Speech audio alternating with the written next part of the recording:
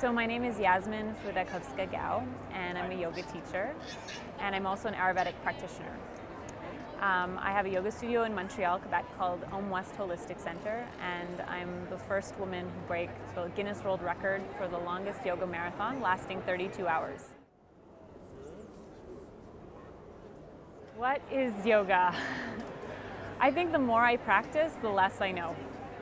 I think at the beginning when I started practicing yoga, I thought I had a really clear definition that yoga was really about peace and loving oneself and connecting with yourself as well as with each other. But I think the more I practice and the longer I've been in teaching yoga, I feel like the definition escapes me even more, because I don't think it's something you can define. I think as soon as you define it, you limit it, right? And it's like, what is life? You know, what is life? It's such a big question. What does yoga mean to me? It's sort of this, it's same. It's hard to define for me what it means. I mean, I don't remember a time when I didn't practice, because I started practicing when I was so young. So it's hard for me to remember what it was like to not practice yoga, because I grew up with it, right? To me, it's my way of life. It's almost, it's the philosophy in which I wake up in the morning, you know, connecting the dots. It's the interconnectivity of life for me, and understanding how one thing relates to another.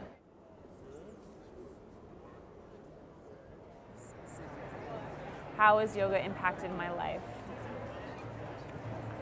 Well, I'm a yoga teacher, so it's everything for me. It's my job, it's my healing system, it's the way I share with other people, it's how I make my breakfast and how I get dressed. It's everything, because everything can be a yoga practice. It's not just asana that's yoga, right? Yoga is also, you know, the way we approach a certain situation. It's being in the moment. It's, you know, a yoga practice can be washing dishes, it could be making tea, it could be standing in line at the bank. You know, as soon as there's a moment of centeredness and breath awareness, you're doing a yoga practice. So you don't necessarily have to stand on your head or do 32 hours of consecutive yoga to actually be doing yoga, right? So I think that knowing that I can be centered and practice anywhere, anytime, that's how, just, you know, that's the gift that yoga has shared with me, or how it's opened my eyes. Okay. I'm going to ask you one more question. Mm-hmm. What advice would you give to a beginner going into the yoga world? What advice would I give to my beginner? I would say to beginner yoga students that every posture is perfect the way it is. So there's no good or bad about a yoga posture.